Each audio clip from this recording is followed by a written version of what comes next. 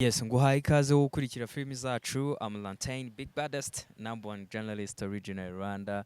Turi hano kugira ngo tukugezeho amakuru abavugwa mu bintu bya social media, cyane cyane muri entertainment. So rero mwari mumaze iminsi tutaganira ngo tubonane tuvuge ku bintu byaranze entertainment mu minsi yashize, ariko uyu munsi ndagira ngo tuganire ku muntu bita The Ben na Yampano. Impamvu ari bo bantu tugiye kuganiraho, nibo bantu bamaze iminsi bari kuvugwa muri iyi minsi kubera ko hari ibintu bakoze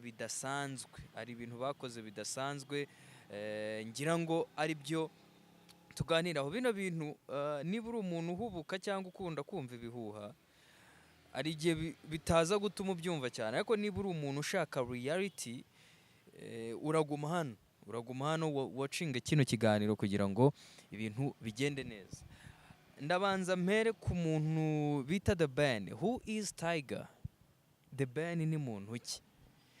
Abantu benshi bamuvuze nabi, abantu benshi bagerageza kumurwanya according muri entertainment ya showbiz, ariko man, hari ibintu tugomba kwemera no expecting. Uriya mujama ararenze, The Ben ararenze, akomeje kuba umuntu udasanzwe muri iki gihugu. Bro, ndagira ngo mbanze nkumenyeshe ko The Ben yujuje arena, ariko si ukuyuzuza gusa. Abahanzi benshi mu Rwanda ntago bashaka kumva ko mu Rwanda hari ikintu bita abana bafite impano. Ntago bashaka kubona hari abana generation bazamuka ngo nabo bafata ibendera ry'umuziki nyarwanda. Niyo mpamvu bazakora ibitaramo ukumva nta muntu uri upcoming artist uri kuri iyo pano, uri kuri iyo affiche. Ariko ndagira ngo nkubwire ngo umuntu bita Mugisha Benjamin, man, yakoze ikintu kidasanzwe, man. Yakoze ikintu kidasanzwe. Navuga ngo we have to glad Tiger. Tugomba kubishimiramo Tiger. Yafashe abana bakizamuka, afata aba DJ bakizamuka, abatereka ahantu nk'ahariya. Buri muntu wese uri muri industry nyarwanda nta handi hantu aba arota noneho by'umuziki cyangwa se ibintu, yaba uri umu DJ yaba abavuga ati nkandagire muri arena, abavuga ngo nkandagire muri arena. Ni ukuvuga ngo rero icyo kintu cy'ubwacyo cyo kuvuga ngo nkandagire muri arena, hari abantu babigezeho, hari abana babigezeho bitewe n'uko ari Mugisha Benjamin cyangwa se The Ben Tiger wabiteye kugira ngo babe bari aho hantu. So icyo kintu rero nicyo bita kuba legend, kuba utagihanganira isoko, kuba hari ikintu wubatse, kuba hari ibintu utabarizwamo by'amashyari n'ibindi bintu. Icyo kintu nicyo Mugisha Benjamin yubatse. Aha abana barimo Bashemi, Yampano ari nawe turaza kugarukaho, abaha ahantu ho kugaragaza impano zabo nk'ahariya.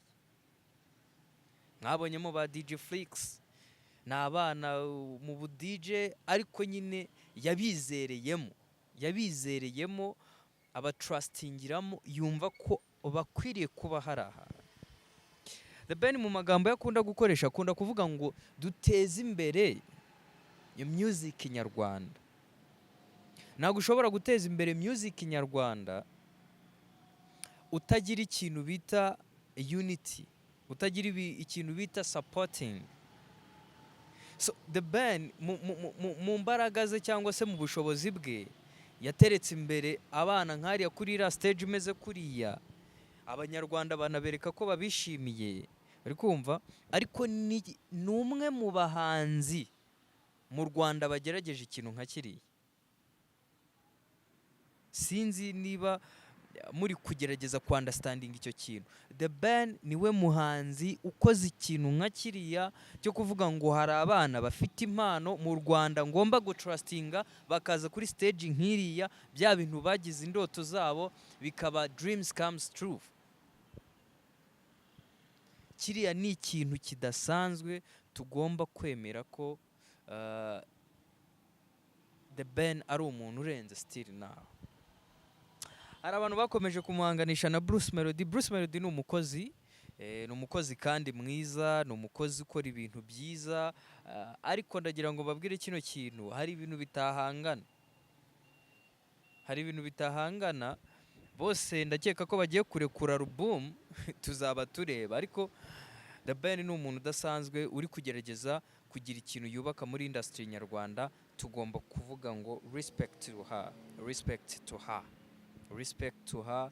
Yakoze igitaramo cyiza kigenda neza, abafana baritabira bararyoherwa, ariko ngaruka mu kurira mu kumarira ye, ndagira ngo mbabwire ngo banyarwandakazi, The Ben ni umuntu utazi gusohora amarangamutima ye cyane ngo ajye muri social media nawe ajya kuvuga, ajye kugira ute, kugira ngo wemere ukuntu uriya mujama atandukanye. Twagiye muri press conference mbere y'uko akora igitaramo cye, avuga ko abanyarwanda twifuza kubona abanyamakuru beza, ariko atanga n'urugero rw'abanyamakuru beza ashaka kubona, barimo ba Emmy Nyawe, sinzi n'undi munyamakuru ya mentionings, kandi Emmy Nyawe niwe muntu wa mbere wakoraga inkuru mbi kuri The Ben. Ni ukuvuga ngo we ishyari nta kintu rimutwaye, ariko ishyari ryubaka. We hari ukuntu umuntu agira ishyari, ariko ishyari ryubaka, kuko ubwoko bw'amashyari hari ukuntu njye ngiriye ishyari umuntu nkavuga ngo uriya muntu yaguze imodoka njye ngomba kugura ebyiri. Iryo ni ishyari ryubaka man, kuko nugura ebyiri kubera njyewe, hari igihe tuzahura ukambwira ati bro, buriya kugira ngo ngure imodoka kabiri ni wowe wabiteye. So rero Mugisha Benjamin impamvu yarize, nkeka ko ni ibintu byinshi ababitse muri we, agahinda kenshi bagiye bamutera, bamurwanya, binjira muri famiye ze, bakora ibintu bigiye bitandukanye, sibyo? Ibyo bintu rero iyo ari kubivuga bitewe n'uko aba yarabibitse igihe kinini, hari igihe bimutera kuba yagira ute, yarira. So that's why mutagomba gucomplaininga kuri tears za The Ben. The Ben ni umuntu ufite amarangamutima nk'abandi bantu, ni umuntu so bajya bavuga ngo sometimes emotion can get people killed. So rimwe na rimwe amarangamutima ashobora kukwicisha. Ndaguha urugero nka Bruce Melody ni umuhanzi mwiza, ariko sometimes hari igihe nyine bitewe n'amarangamutima ari gukoresha bituma amuvugisha amakosa. So niyo mpamvu rero utazabona umuntu nka Mugisha Benjamin yaguye muri ayo makosa. Akaba ariyo mpamvu agerageza kwitwararika, yajya kugira icyo avuga ku bintu bijyanye n'icyo kintu, akaba yasohora amarangamutima y'akarira. Hari abantu basohora amarangamutima gutyo bakaba barira. So that's why rero haba habayeho ikintu nka kiriya. So ndagaruka ku kindi kintu cy'umuntu bita ya mpano akomeje kuvugisha abanyarwanda, ya mpano akomeje imihanda yose kuyicishikanisha. Nicyo bavuga ngo hard working always is answer, it's a good answers.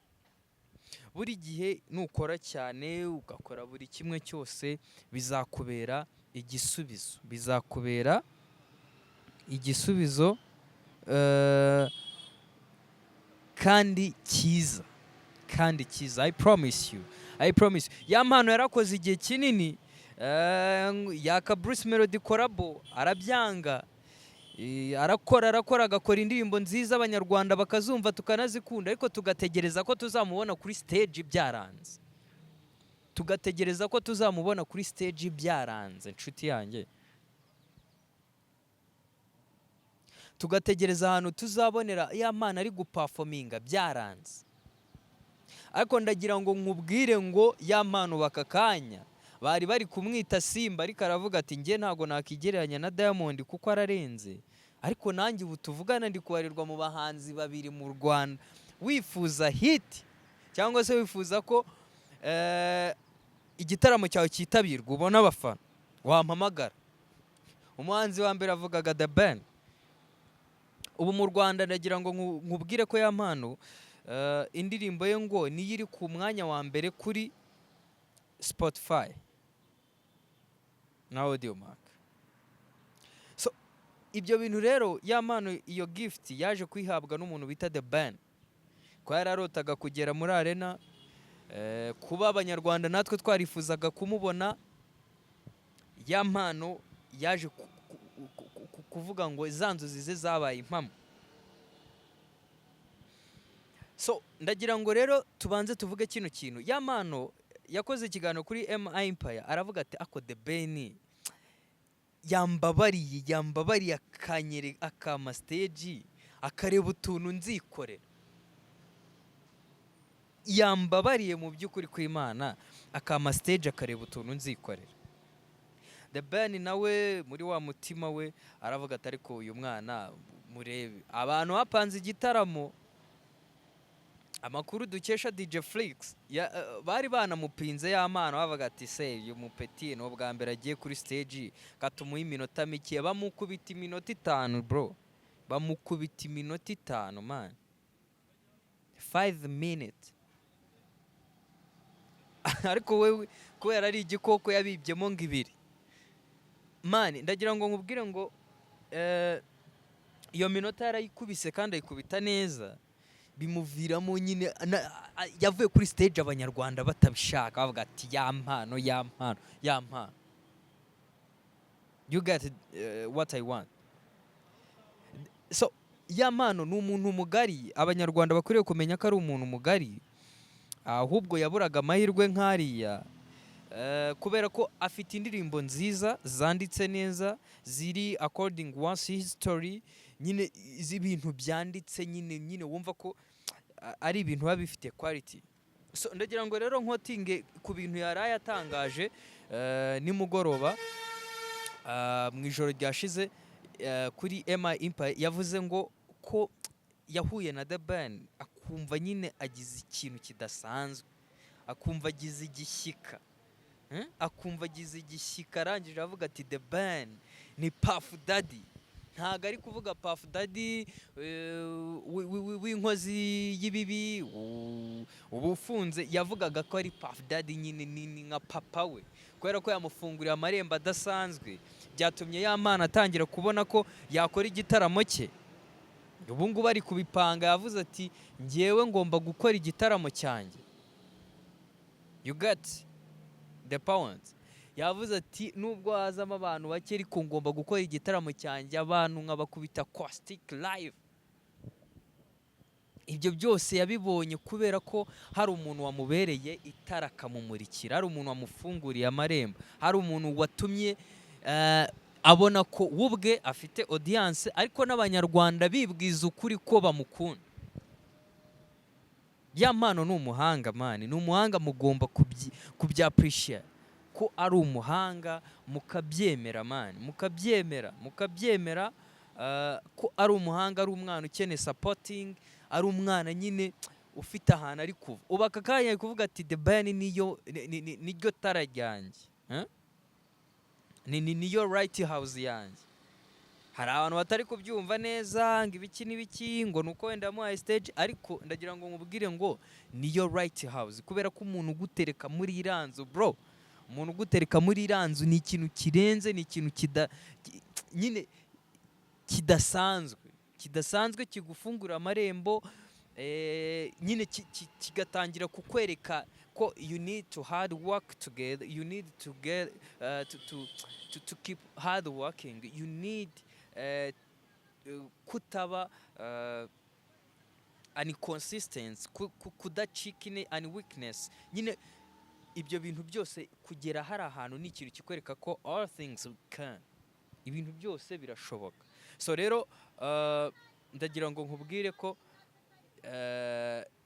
we need to support, we need to hard work together, we need to make entertainment yacu iba entertainment nyarwanda, dusupporting abantu bitari kuri The Ben gusa, bitari kuri n'abandi.